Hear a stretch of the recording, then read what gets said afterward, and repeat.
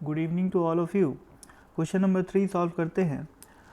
Consider two particles A and B having equal charges and placed at some distance. तो दो charge हैं यहाँ पर और यहाँ पर, this is A and this is B. अब बोला है कि the particle A is slightly displaced towards B, तो हमने ए को स्लाइटली डिस्प्लेस कर दिया बी की तरफ। और अब पूछा है कि does the force on B increase as soon as the particle A is displaced. तो क्वेश्चन में ये पूछा है क्या ए को डिस्प्लेस करते ही साथ बी पे फोर्स बढ़ गया। भाई इतना तो ऑब्वियस है कि ए और बी के बीच की अगर मैं डिस्टेंस को कम करूँगा, अगर इस डिस्टेंस को मैं कम करूँगा तो फोर्स तो बढ़ेगा।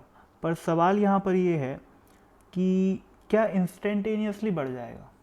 तो इंस्टेंटेनियसली ये फोर्स नहीं बढ़ता। इनफैक्ट अगर इन दोनों के बीच की दूरी L है, यहाँ पर लाया हुआ कोई भी चेंज यहाँ तक पहुँचने में लगता है L/c टाइम।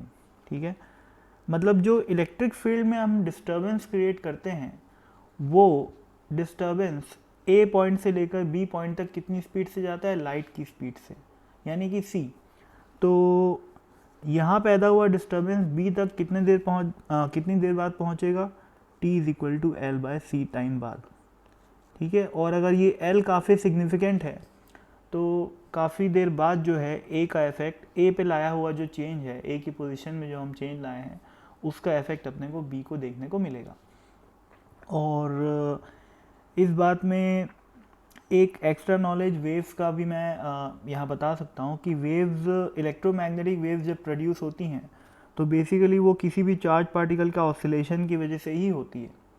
और उस पार्टिकल के ऑसिलेशन की वजह से जो इलेक्ट्रिक फील्ड में डिस्टर्बेंस पैदा होता है, इलेक्ट्रिक फील्ड और मैग्नेटिक फील्ड में, उसको ट्रांसफ़र होने में जो उसका जो ट्रांसमिशन स्पीड होती है वो लाइट की स्पीड के बराबर होती है, या फिर स्पीड ऑफ इलेक्ट्रोमैग्नेटिक वेव भी बोल सकते हैं।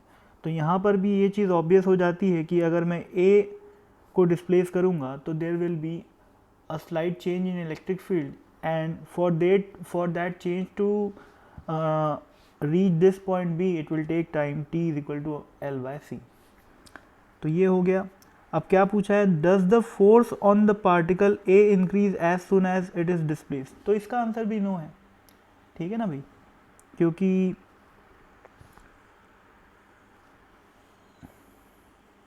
आई एम सॉरी, इसका आंसर यस नहीं होएगा, इसका आंसर नो नहीं होएगा, इसका आंसर यस होएगा, क्योंकि बी में मैं कोई चेंज नहीं ला रहा हूँ।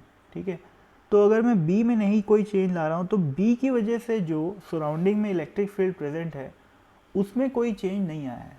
ठीक है, तो ए को मैं जैसे ही यहाँ पर ले आया, ए पे तुरंत इफेक्ट अपने को देखने को मिल जाएगा, क्योंकि बी की वजह से जो इलेक्ट्रिक फील्ड प्रोड्यूस हो रही है उस इलेक्ट्रिक फील्ड की वजह से ए पे फोर्स लग रहा है। ठीक है, जबकि ए की वजह से जो इलेक्ट्रिक फील्ड प्रोड्यूस हो रही है सराउंडिंग में उसकी वजह से बी पे फोर्स लग रहा है।